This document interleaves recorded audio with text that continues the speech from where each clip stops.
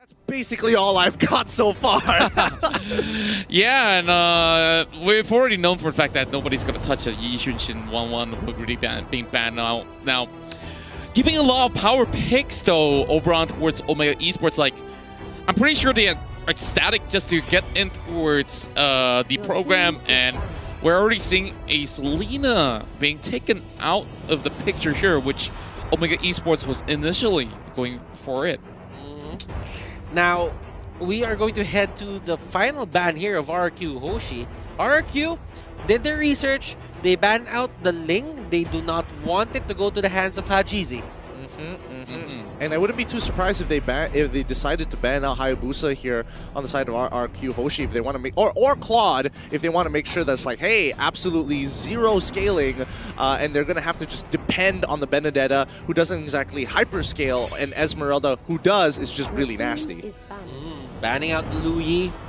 There are a lot of open heroes here for the side of Omega Esports, though. In terms of the mid lane, you have the Lance. You really have a lot of options. Hell, even Benedetta could go to the mid lane if Omega wanted it to be a mid laner or a jungler. That's a good point. Yeah, exactly like what Psycho did in the past game could potentially be a formula that they could take good use of from that page. Now, we're just waiting for the last possible... Well, this is the last ban for the side of Omega Esports. They're taking their time, trying to not rush things. Probably a Forza would be a nice ban here for their side, and they go for a Diggy. Oh, I get the Diggy though. I get the Diggy. This is shades of what Burmese Goose did earlier with their own Diggy. Rafaela, it's a way to stop out. It's a way to help Bruno maneuver through the fight. Yeah. And in terms of Diggy, you're just going to negate a lot of these Jawhead, Esmeralda disables, and probably Omega Esports, they're thinking about getting some team fight ultimates going on for their side. yeah, that's what I was thinking too, because you don't just necessarily ban out the Diggy just for a Sylvana. It just doesn't add up necessarily. But RRQ HOSHI taking up the Rafaela, something very, very interesting. They want to be able to outmaneuver this Esmeralda overall. But again, big ultimates here. What could it be? Last two picks for this draft of game number 2. It's going to be the Farsa and the Harley. Okay, so this kind of telegraphs that it is Farsa in mid, Harley in the jungle, and I think they're a little conservative when it comes to the magic damage. I must say, Esmeralda's a hybrid. Yeah, I mean, true, but for the large majority, she works weird. She works weird in the sense where it's like, I kind of do damage, but I give you shield, turn your life into shields, and then steal it away. You know, it's rather interesting, but majority of her damage does come from magic. And RRQ HOSHI, they're gonna finish it off with the Belleric. Oh, this is such an interesting composition coming in from RRQ, and it's definitely something to just kind of watch back later on to understand what is going on. Wow, the layered defense coming in from the side of RRQ HOSHI, though, is definitely going to be something interesting to watch, especially you have that sustain coming from the Rafaela, going with the holy healings and just keeping them up all night long, alongside with the Khalid, which is already kind of tough to deal against. But looking at the sort of the pace that we're going in towards game number 2, this draft, which is definitely the first out of the many that is being pulled up from the side of RRQ HOSHI, is keeping our eyes wide open. RRQ HOSHI, clearly they have a different stand on the meta right now. They are playing, they are throwing us off, and right now we're trying to decode whatever it is that they're trying to do in this meta. And Omega Esports, they really have to face this. I hope they figure out something in this game, because if not, they're going to go to the lower bracket. Ladies and gentlemen, game number 2, we head on to the Celestial Palace, and Gideon, Leo, and Contra take it away. Thanks, Butters. And this game is, I'm hoping it doesn't reach all the way to that 30, but RRQ HOSHI wants to start off strong. And when you got a Bruno and when you have a Rafaela, you just can't help but to look to push them out of their own jungle. All right, this is Psycho once more in the roaming role on that Rafaela. And we're trying to decipher slowly what's going on with this lineup. Curtizi juggling these waves, juggling the aggression, and there seems to be a scuffle here in the river for the Litho Wanderer. Not exactly sure who got it, but oh, Heath was just chilling. Oh man, and yep, they just ran past him, forced to flicker away this time around. So not all too shabby after all for attempt from RRQ. So honestly, I think Heath was just clenching his butt cheeks, just like, don't notice me, as he slowly walked on out and waddled through river. yeah, like this kind of things don't just go by unnoticed. Most often than not in competitive play. Over on towards the lower side, we do have Kenji versus R7. Oh, first blood. No, but he's gonna get returned. Wait, don't tell me you got... Okay, I thought he was executed for a moment there. I was like, no way, the passive would have procced at some point. Would have been amazing. I think that's what he was just hedging on. And right now, look at this. Kenji baiting out R7. Does he know that Hajizi's waiting here? Oh, there you go. Poker trick, clearing the waves, and R7's not having any of it. They go for the crab. I think overall this game is just going to be like a nice and slow pace here, unless RRQ wants to ramp it up by adding gasoline to the little fire that they've started so far, especially since both sides haven't really gotten too far ahead. And I think even Khalid is just chilling in his lane, thinking, I don't really need to do anything and hold and protect myself.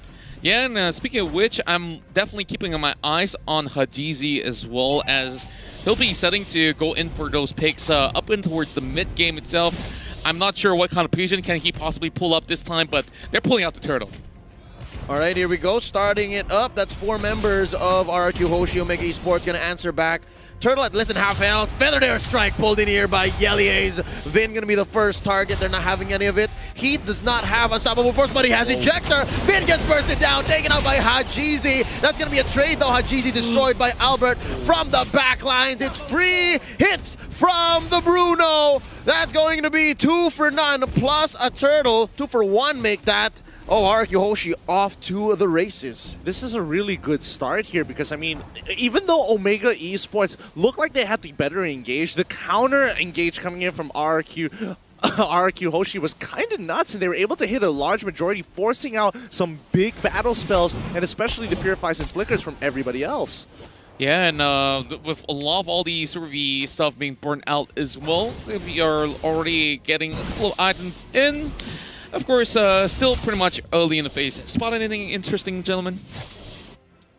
Not just yet. I think it's still relatively similar, but it's going to be a huge fight here as the Feathered Airstrike comes through, but Lemon is in the backside wanting to stop this move from Farsa. Oh. She can't even hit Wings by Wings. Uneasy is the next to fall. They're diving. Oh my goodness. A triple kill going over to your boy, Albert. 4 for 1. I'll take that any day, plus a good amount of hits on this outer turret energy shield. Nay, make it the whole turret taken down, not even 4 minutes in. RRQ HOSHI seems to have drafted the draft they wanted anyways, and if this isn't a hyper push, hyper carry lineup, I don't know what is. Look at this. They're ahead by about 2,500 gold already.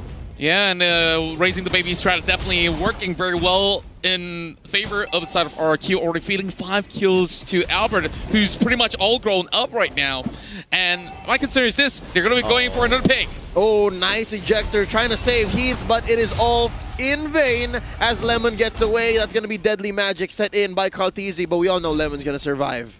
This is, oh boy, this is some big moves made by RRQ HOSHI. They're just so, they're pretty far ahead and this early into the game. Wait, no, this could be something a little bit more here because RRQ, the fact that they are rotating between mid and bottom side, they want to break the mid side so they have more space to work with when they're just kind of putting their pressure on the turtle, and maybe could even force a chase into the enemy jungle. Yep, and just go for the mad snowball here, and exactly that's what they're doing. Again, they opened up the main artery in mid.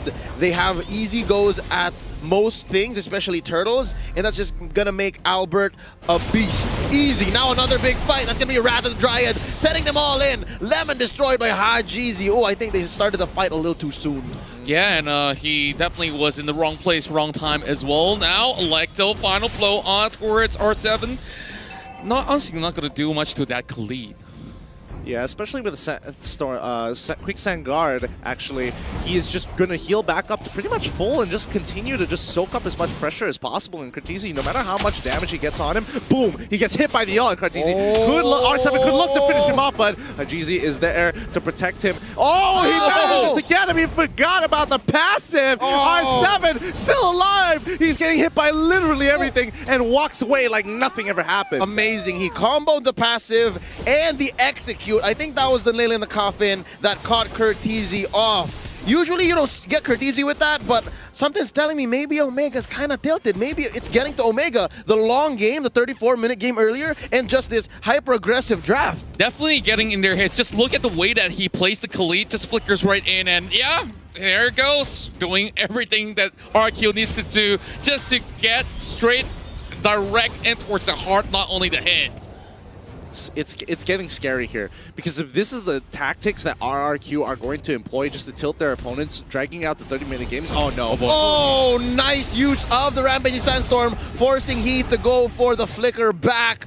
Hey, if you're using your opponent's tanks, again, a playmaking tanks, skills and battle spells to just push them back and just go for failed attempt, it's going to be a non-starter. And if you do this for the next 3 minutes, you're going to see Albert, build up to more than just a Berserker's Fury. I'm seeing maybe a battle, an endless battle in 2 minutes. I suppose, but I think, like, they've got the Berserker's Fury. Endless Battle is probably going to be coming up real soon as well, like you said. But is that going to be enough? Like, what happens once Omega has kind of scaled up and, oh, this is a pick?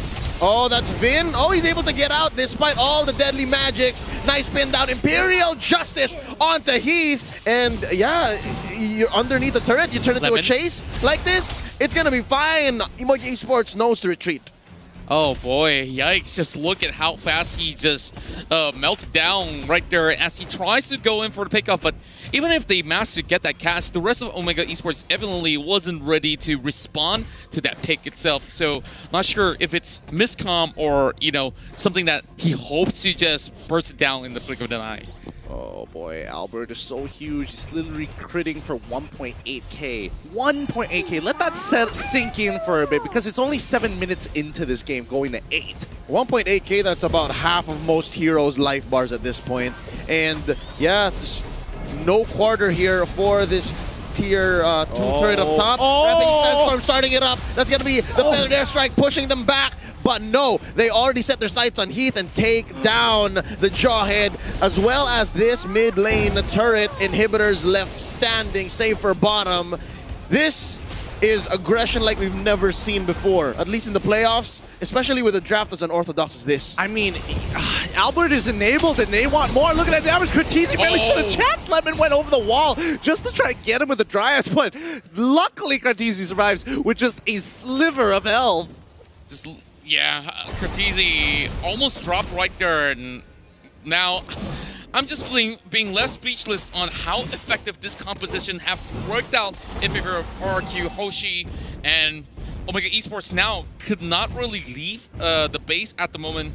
Yep, they got the breastplate up for Kenji, now playing very defensively. Yo, the breastplate on Kenji feels reactionary. It just feels like, oh, I need to build it because we're dying too soon. It honestly feels miserable right now. Looking at the record here, 4-11, about 7k ahead is RRQ HOSHI. This First Lord here, if they don't do anything that just changes the way that they engage, which I'm struggling to find right now, I do think that it's a free Lord already. This one, 3 seconds away, and there you go, Albert already has the endless battle. I think that's a Blade of Despair coming up next. Oh, they catch a GZ off. Albert uses not even the Wave of the World just yet. That's a double for the Bruno, and they are going for the throat. They are going for this mid lane inhibitor. Feathered Airstrike being called off by Yelly Hayes. He's saying they're at our gates. They're at our gates. Mayday. Mayday, mayday. They're already calling the red alert right now as Omega Esports forcing their way out of this one, and RRQ, they're looking to close the game. Oh no, that's it, ladies and gentlemen. 10 minutes in, 4 seconds. RRQ HOSHI shock the world. 2 Filipino teams back-to-back knocked down into the lower bracket. Oh my goodness. That has to be one of the fastest games we have seen thus far at M2. And of course, it has to be with the first place runner-up from M1 and the absolute chance here, RRQ HOSHI. Yeah, like, you know it's serious business when he takes off his shoes on stage, right? Like, okay, my socks are starting to sweat too much, and I gotta get this game quick off. But the way that they've drafted this is extraordinary. The Kings of Kings, once again, going nearer towards the throne. Butters, come on in here because, I mean, what do you have to think about?